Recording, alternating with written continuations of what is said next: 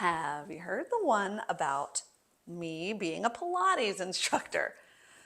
Okay, this isn't really all about Pilates. It's about the mind-body connection.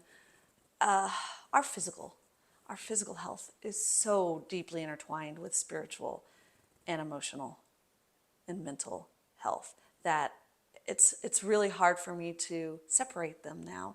And I kind of want to just talk about that. I was a dancer, and a gymnast. And oh my God, my body hurt so bad. Oh, it's just so many injuries. And I don't think my body was really made to do ballet. I just loved it. So I did it and forced my muscles and bones to go places they shouldn't have. So it's like my hips were just so locked down. They were just so pained.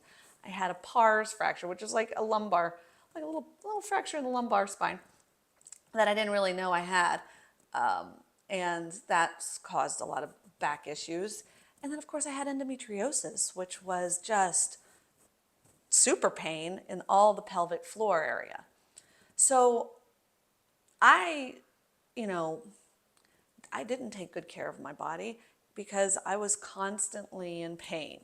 And that was a way for my body to say, wait, something's wrong. I ignored that. So as you know, I I had a friend, Janelle. So Janelle started doing Pilates. We danced together. So it's interesting. She kind of paves the way for me a lot. Like she changed dance studios. We went from she was starting at this one Russian dance studio that I started to attend because she was there. She started doing Pilates, and then I got into Pilates. Now she's doing inner healing, and now I'm getting into inner healing and all this stuff. So I really am grateful for her for these little paths. But she started it. You know, learned a little bit from her. I think it was her body, but I definitely was a couple of people's bodies in New York. And what that means is that when you're training in Pilates, you have to practice. And as you practice, you have to experiment or learn by teaching people. And so people would volunteer, like me, to be the bodies. Now, I was a dancer, so I could make all the pretty poses and make all my muscles do it. So they didn't catch on, and so I didn't get it.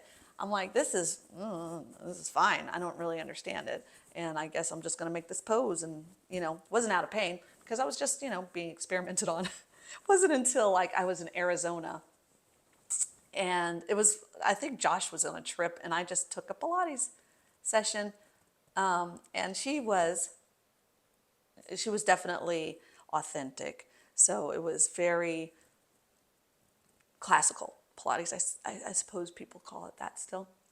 And I started to understand it. So it was turning off these superficial muscles and starting to get into a deeper core of who you are and who moves you and how you move from a deeper level. And I was like, oh, this is different. And I was sold. And I got like the Pilates fever. And when we moved to Asbury Park, there was Carol. And Carol lives here in Sarasota too now. So she is like my friend and Pilates mentor. She had a studio, East Coast Pilates, and it was close. I would ride my bike. I loved it. And I started going there religiously, and my body started to change. It started to shift and it started to change. And I wanted more. So I became an instructor, or I started to get trained. Now I did it old school, because Carol was old school. She's her personality is tough, which I'm kind of used to. I kind of like learn best from that. But she's very much like, it's either right or it's wrong. And why would you want to do it wrong? And as an adult, when you're learning something new, it is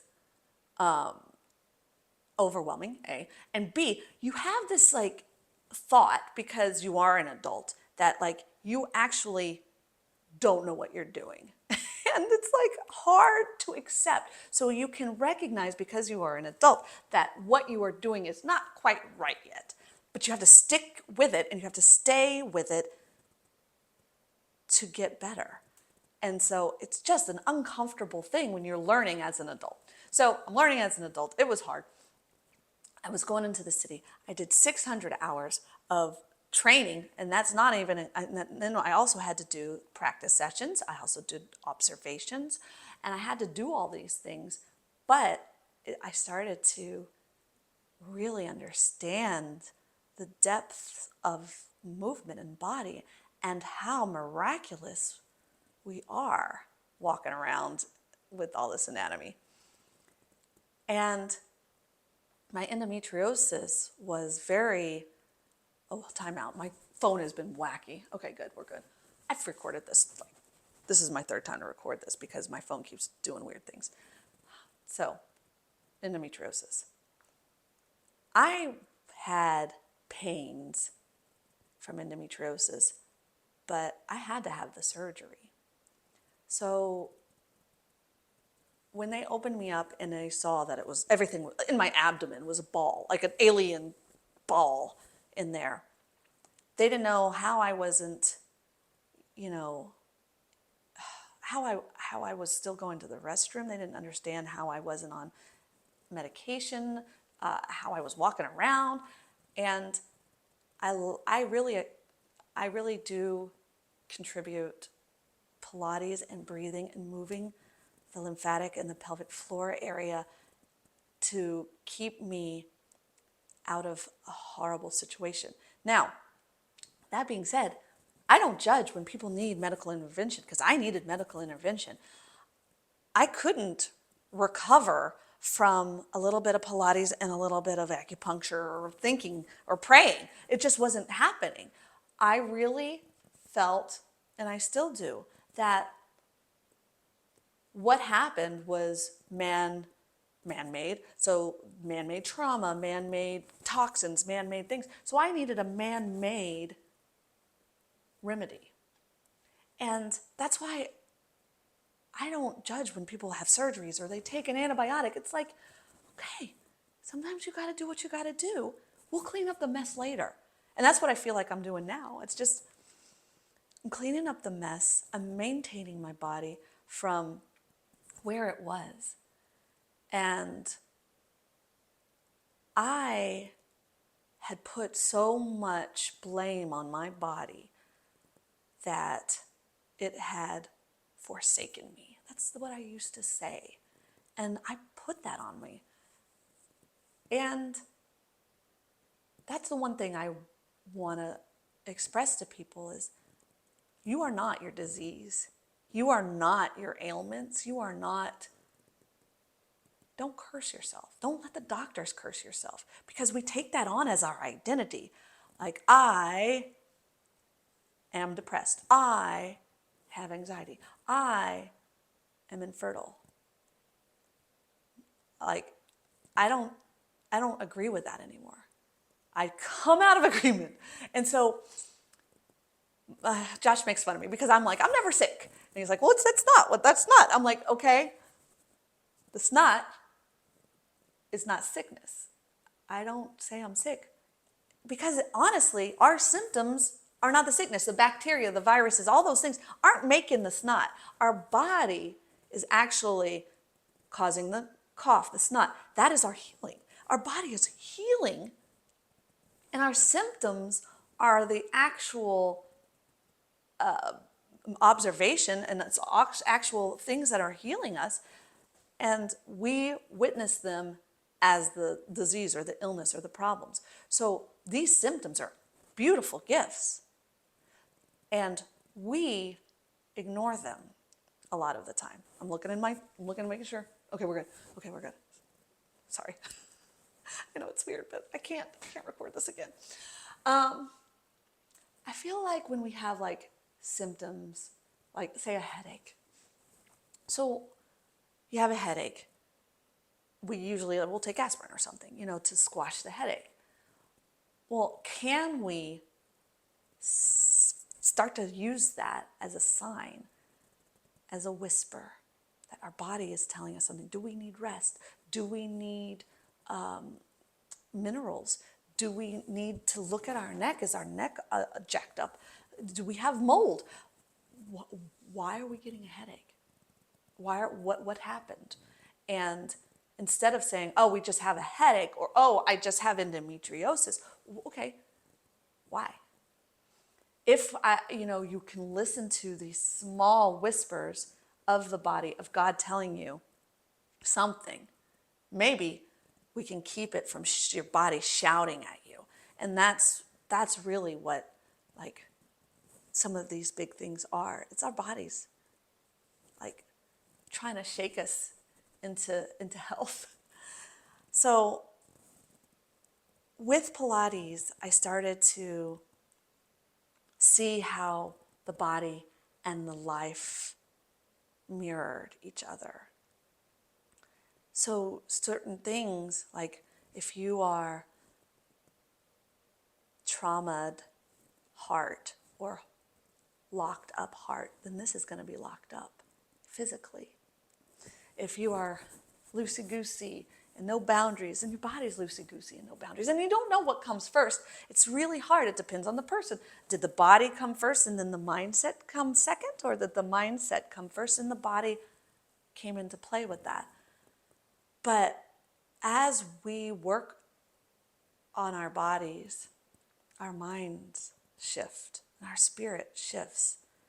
And as we work on our minds and our spirit, our bodies shift. And they're intertwined. You can't just do one. And so, like, I've always, recently been like spiritual, but the body is so important. Because if the body wasn't important, then what the heck are we doing here? Why are we having to indwell in these bodies and figure out how it works if they weren't important? God's in everything. God's in our body. He's got a hand in our body. He's got a hand in our spirit, and he's got a hand in our mental. And we've got to connect with that, because he's in the doctor's office, he's in the Pilates studio, he's everywhere. So by sitting there and listening to our bodies, it becomes a type of prayer. And what Pilates has taught me is that breath, that breathing, is a way to slow down, it's a way to listen, and it's a way to change our bodies. So our spine is supposed to move. We're supposed to do flexion, extension, not just your neck, extension, the whole spine, side bending and twist with the belly pulled in every single time. Those things are supposed to happen every day. Keeping the blood flow moving, keeping the oxygen going, keeping the lymphatic system, which is not a circular system, it needs pumping, it needs moving. You have to move. So even if you can't walk, move your spine a little. We've got to move our hands. We've got to get movement and blood to our hands. We should be able to hang from a bar with our body weight for 90 seconds. Try it. It's very difficult. And our feet dome. There's a dome in our feet that pull up. Our muscles are supposed to pull up. Just like our pelvic floor domes up. And those are things that you can do. I roll out my foot on a ball because as we get older, we need our balance. And our feet are very, very important for that balance. And it works all the way up to our gait, to how we walk with our legs and our spine. So these are things that you can do to keep the body healthy and moving and gets the joints going.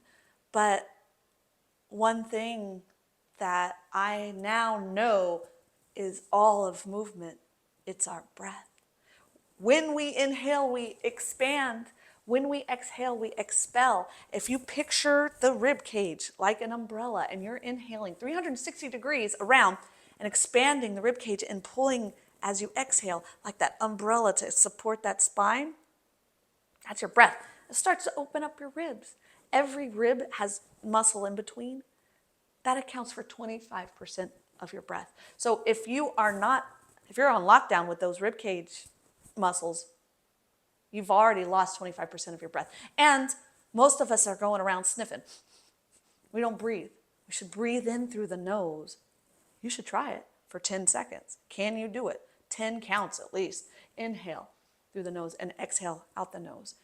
You could start by exhaling out of the mouth, but inhale for 10, exhale for 12. See how far you can get and work yourself up. Expand the ribs, try and keep the shoulders down. You can start breathing with letting the belly go out and in. That's very relaxing. But when you do movement that needs you to lift or do anything, pull the belly in and up as you breathe, and that will expand the lungs. The diaphragm will move. It will massage your adrenal glands, which are back here by your kidneys. Those are fight or flight. So by breathing, when people are like, just breathe, relax, it's actually doing something physiological. It's teaching your body to calm down, because when you have anxiety, when you have panic, you start to breathe like that. So we got to trick it. Take those deep breaths so your body's not like, oh, we're running from a lion, we're running from a tiger. No, we're relaxed, we're bright, we're breathing. And so the lymphatic, the breath, all those things go hand in hand with like digestion of fat. It's amazing. If you hear my cat, it's just him. He just ate. He's mad. All right, we're still good. So breathing becomes every part of your movement. And if you can quiet your body and just take a moment to breathe, truly breathe, not sniff, your body will start to tell you the secrets that you thought it was keeping. Because once you become body aware, then it's okay to tap in and say, oh, you know what? And this is where I work with people. It's like, okay, it's okay to take a supplement here and there. You know, that's not our goal. Our goal is not to live on man-made things. Our goal is to balance our body, our mind, and our spirit, to balance those wholly and fully. So as you breathe, try to use that as a prayer. And it may just start with breath. It may just start with checking in with your body. And that's okay. But eventually you're going to start hearing some conversation that you may have with the one who created you. And because this is some magic stuff going on right here. When you start to really, really break it down, and how we're walking around, and how we have all these crazy systems that work independently. And when they break down, and when stuff happens, it isn't God doing it to us. It's really outside interference from man-made things. So many toxic sludge out there, and so much trauma that we've gone through, that our bodies and our minds had those whispers that we ignored. So quiet your breath, make it bigger, and start to hear things, start to listen.